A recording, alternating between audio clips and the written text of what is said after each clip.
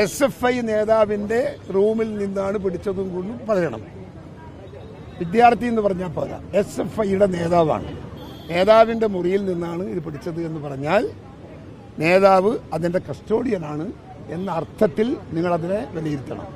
അപ്പോഴാണ് അതിൻ്റെ ഗൗരവം മനസ്സിലാവുക. ഭരിക്കുന്ന ഈ രാജ്യം ഭരിക്കുന്ന ഇടതുപക്ഷം, ആ ഇടതുപക്ഷത്തിൻ്റെ പ്രവർത്തകരും നേതാക്കളും ഇതുപോലെ മദ്യം കൊണ്ടുപോയി വിൽപ്പന നടത്തി ജീവിക്കുന്നിടത്തേക്ക് നാടെത്തിയിരിക്കുകയാണ്.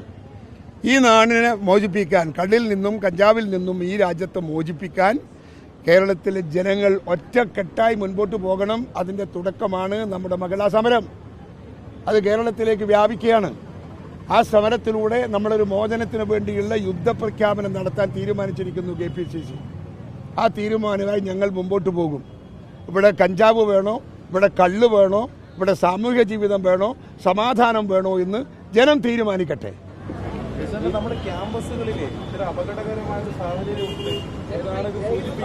അതെ, ഇല്ല, അതിന് ഗവൺമെന്റിന്റെ ഭാഗത്തു നിന്നൊരു നടപടിയില്ലല്ലോ. ഇപ്പൊ ഈ നടപടിയുടെ അകത്ത് പങ്കെടുത്ത് അറസ്റ്റ് ചെയ്യേണ്ടവരെ ആരും അറസ്റ്റ് ചെയ്തിനില്ല. ഒരാളെ ജാമ്യത്തിൽ വിടുകയാണ്. ജാമ്യത്തിൽ വിടുന്നത് ശരിയാണോ? ഇത്രയും ഒരു നികൃഷ്ടമായൊരു പ്രവർത്തനം സംഘടിപ്പിച്ചിട്ട് എന്നിട്ട് അതിന് ജാമ്യം കൊടുക്കുക, കേസെടുക്കുക, പേര് കള്ളാസില്ലാത്തൊരു കേസ് ചാർജ് ചെയ്യുക, എന്നിട്ട് അവരെ എല്ലാം കേസും അങ്ങനെ തന്നെയാണ്. CPMന്റെ ആളുകൾ പ്രതിയായ എല്ലാ കള്ള് കേസുകളും എല്ലാ കഞ്ചാവ് കേസുകളും ജാമ്യത്തിൽ വിട്ട കേസേ ഉള്ളൂ. പോലീസിന്റെ ഭാഗത്ത് നിന്ന് കേസെടുത്ത പോലീസുകാർക്കാണ് സസ്പെൻഷൻ, അവർക്ക് ട്രാൻസ്ഫറാണ്, അവർക്ക് സസ്പെൻഷനാണ്. അല്ലാതെ കഞ്ചാവ് കൊണ്ടുപോയവന് ഇവിടെ സസ്പെൻഷൻ ഇല്ല.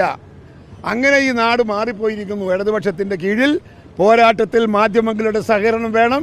നിങ്ങൾ ഒറ്റക്കെട്ടായി ഇതിനെ എതിർക്കണം, വാർത്തകൾ പ്രചരിപ്പിക്കണം, ജനമനസ്സിൽ അത് എത്തിക്കണം എന്ന് മാധ്യമങ്ങളോടുകൂടെ ഞാൻ ആവശ്യപ്പെടുകയാണ്.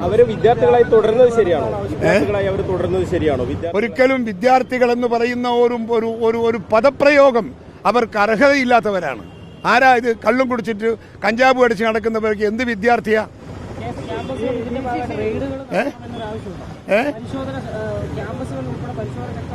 എല്ലായിടത്തും പരിശോധന നടപ്പിലാക്കണം. ആ പരിശോധന നടക്കുമെന്ന ഭയപ്പാടില്ലെങ്കിലും കുട്ടികൾ മാറണം. ഇതൊക്കെ തന്നെയാണ് ഞങ്ങളുടെ ആഗ്രഹം. പക്ഷെ ആരോടാ പറയേണ്ടത്? ഏത് പൊട്ടനോടാ പറയേണ്ടത്? ഏത് മന്ത്രിയോടാ പറയേണ്ടത്? ഏത് മന്ത്രിയാണത് കേൾക്കുക?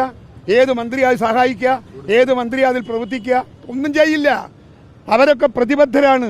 കഞ്ചാവും കള്ളും വിൽപ്പന നടത്താൻ പ്രതിബദ്ധരാണ്. ഇവിടെ കള്ള് ഷാപ്പ് വർദ്ധിപ്പിക്കുക, കഞ്ചാവ് കൂടുതൽ വിൽപ്പന നടത്തുക, വരുമാനം ഉണ്ടാക്കുക, അതാണ് ഇടതുപക്ഷ സർക്കാരിൻ്റെ ലക്ഷ്യമെങ്കിൽ നമ്മുടെ ലക്ഷ്യം അവരെ രക്ഷിക്കുക എന്നതാണ്. ഞങ്ങൾ ആ ലക്ഷ്യമായിട്ട് ഞങ്ങൾ മുമ്പോട്ട് പോകും. DCC ട്രഷററുടെ ആത്മഹത്യയെ ബന്ധപ്പെട്ട് മൊഴിയെടുക്കുമെന്നാണ് പറയുന്നത്. മൊഴിയെടുക്കട്ടെ. മൊഴിയെടുത്താൽ നമുക്കതിനെ കഥ തിരിയല്ലോ.